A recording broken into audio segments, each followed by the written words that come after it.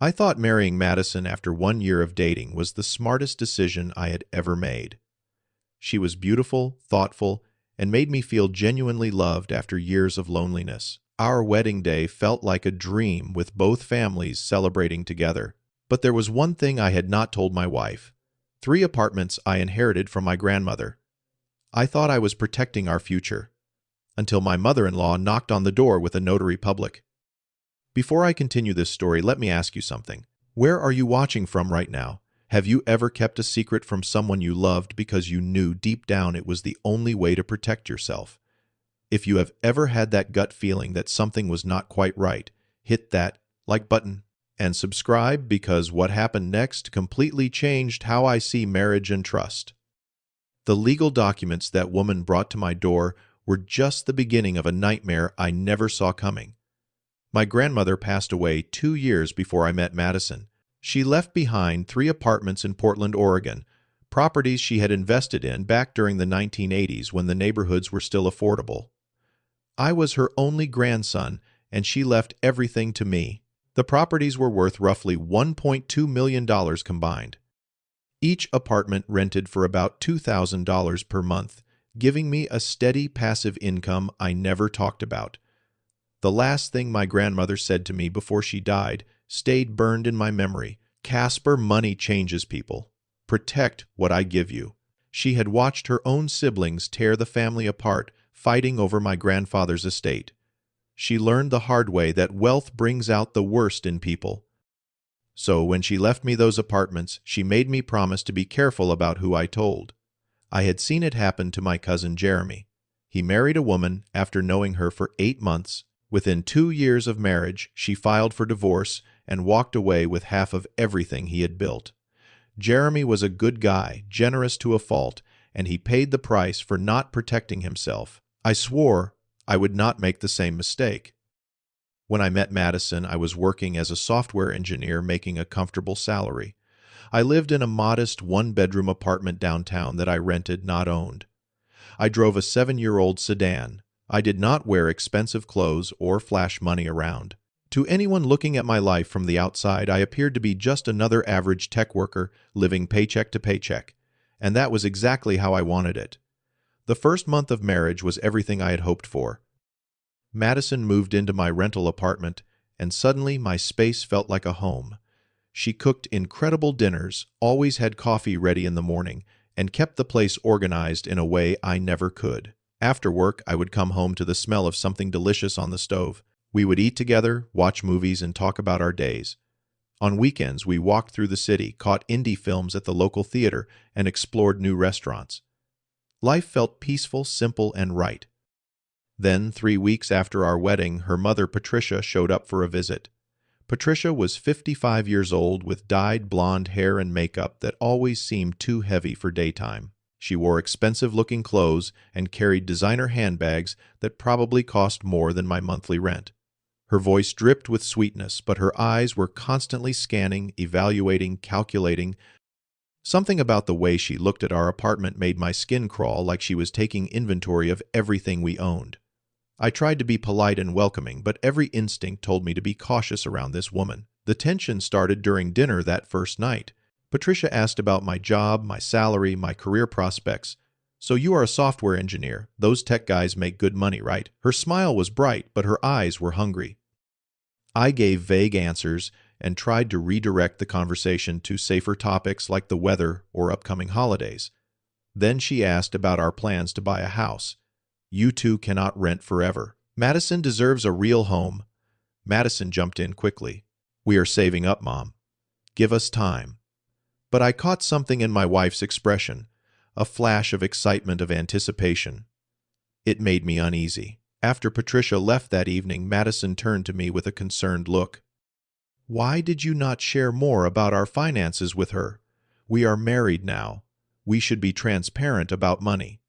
The word transparent hit me like a warning bell. I explained that I wanted us to build a strong foundation together first to make sure we were solid as a couple before bringing extended family into our financial decisions. Madison seemed to accept this, but she went to bed that night unusually quiet. Over the following weeks, I noticed small changes. Madison started asking more questions about our future and what kind of house we could afford someday. She mentioned investments, retirement planning, and long-term security more frequently than before. Patricia called almost every evening, always finding a reason to ask Madison how the financial planning was going. One night, I caught Madison browsing luxury real estate websites looking at homes that cost $700,000 or more, far beyond what my software engineer's salary could reasonably afford. The moment that truly unsettled me happened 2 weeks later. I woke up at 3 in the morning to use the bathroom and noticed the light was on in the living room. Through the crack in the bedroom door, I saw Madison going through the filing cabinet where I kept important documents. When I asked what she was doing, she jumped and said she was looking for the electricity bill. But I knew the electricity bill was in the kitchen drawer where we kept all the monthly utilities. She had no reason to be in that filing cabinet. That night, I lay awake until dawn, wondering if I was being paranoid or if my instincts were trying to tell me something important. Everything changed on a Friday afternoon, 2 months after our wedding. I left work early because an important meeting got canceled. When I got home around 4 in the afternoon, I heard Madison talking on the phone in the bedroom. The door was slightly open, and her voice carried into the hallway. I froze when I heard what she was saying. "Mom, I have been looking everywhere. He keeps everything locked up or password protected." There was a pause as Patricia responded. Then Madison continued, "Did you check his emails, bank statements? I tried, but he changes his passwords constantly. I do not know how to ask without seeming suspicious." My heart started pounding. I stood in the hallway, barely breathing, trying to process what I was hearing. This was my wife, the woman I had vowed to spend my life with, and she was talking about investigating me like I was some kind of target. Patricia's voice came through faintly on speaker. "We need to know what he has before we make our move. Your sister's lawyer friend said if you do not know about assets before marriage, it becomes much harder to claim them later in a divorce." "The word divorce hit me like a punch to the stomach," Madison replied. "I know, Mom. I am trying my best. He is just so private about everything." Patricia's response was cold and calculated. "Keep being sweet to him. Men talk when they feel secure. We have got plenty of time." I quietly backed out of the apartment and left. For the next 2 hours, I walked aimlessly through the city streets, my mind racing. The woman I loved was actively plotting to discover my assets. This was not a marriage. This was some kind of long-term con. Every sweet gesture, every loving word, had it all been fake from the beginning? I felt sick, angry, and incredibly stupid for not seeing the signs earlier. But I made a decision right there on those city streets. I would not confront them yet. I needed more information, more proof. I needed to know exactly what I was dealing with before I made any moves. The next morning, I called my best friend Derek. We had known each other since college, and he worked as a private investigator. "Derek, I need your help. I need to know who I really married." I explained everything. The overheard conversations, Patricia's constant questions, Madison's suspicious behavior. Derek was quiet for a moment, then said, "Give me a week. I will find out everything." That week was torture. I went through the motions of being a loving husband while knowing my wife was actively deceiving me. I smiled at breakfast. I kissed her goodbye before work. I asked about her day when I got home. And all the while I was waiting for Derek's call. When we finally met at a coffee shop the following Saturday, Derek handed me a folder thick with documents. "Casper, you need to sit down for this." What he showed me made my blood run cold. Madison had been engaged twice before our relationship. The first time was to a business owner in Seattle. That engagement ended after 3 months with no clear explanation, but the man later posted on social media about being used by a gold digger. The second engagement was to a real estate investor in Eugene. That relationship lasted 4 months before Madison broke it off. He also posted warnings about her online, calling her manipulative and money-focused. But it got worse. Derek had dug into Patricia's background too. She had a history of debt, filed for bankruptcy in 2018, and had a pattern of living beyond her means. She had 2 daughters, Madison, and an older sister named Amber. Derek found that Amber had been married and divorced twice. Both times, she received substantial settlements from her ex-husbands. The pattern was becoming horrifyingly clear. "Casper," Derek said, looking me straight in the eye, "this looks like a family operation. They target men with money, get married or engaged, then extract as much as they can before moving on to the next victim."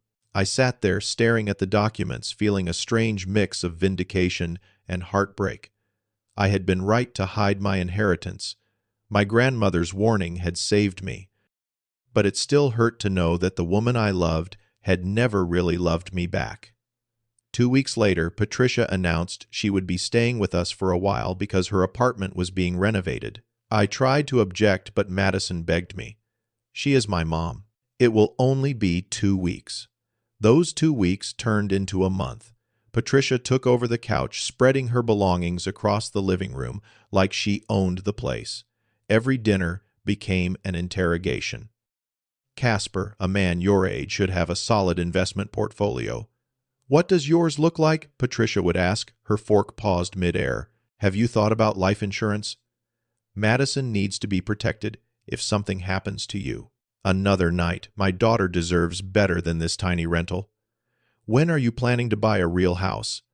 I deflected every question, but the pressure kept building. Madison joined in more frequently, asking about retirement accounts and savings in ways that felt rehearsed. They were coordinating their approach, tightening the net. Then came the night that confirmed everything. I had been working late, getting home around 3 in the morning. As I quietly entered the apartment, I heard voices in the kitchen.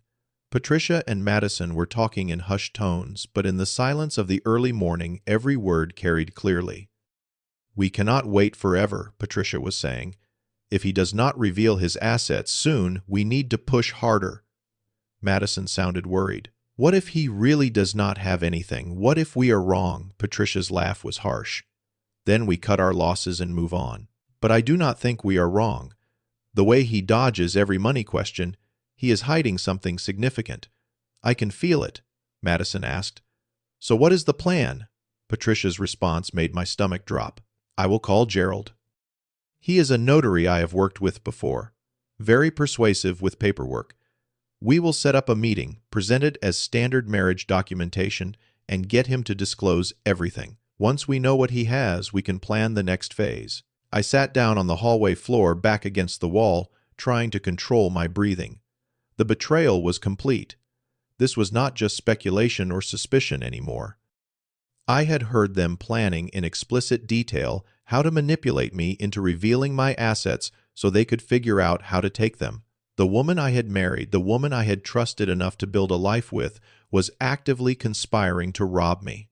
But underneath the pain and anger, I felt something else. Relief. Because I had protected myself.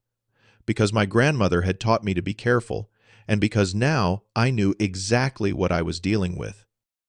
It was time to stop playing defense and start playing offense. The next morning, I made an appointment with a family law attorney named Howard Phillips. He had a reputation for handling complex divorce cases and protecting clients from financial manipulation.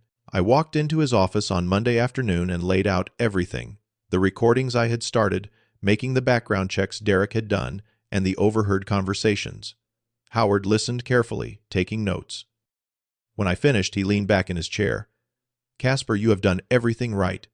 You documented everything, you gathered evidence, and most importantly, you kept your premarital assets separate. In Oregon, inheritance received before marriage is considered separate property. They have no legal claim to those apartments." He outlined the strategy. "We are going to let them make their move. When they bring their notary and their paperwork, you are going to have your own documentation ready. We will file for annulment based on fraud, proof that she entered this marriage under false pretenses with intent to defraud you. With the evidence you have, this should be straightforward." Over the next 3 days, I prepared. I bought a small recording device and placed it discreetly in the living room. I captured hours of conversations between Patricia and Madison discussing their plans.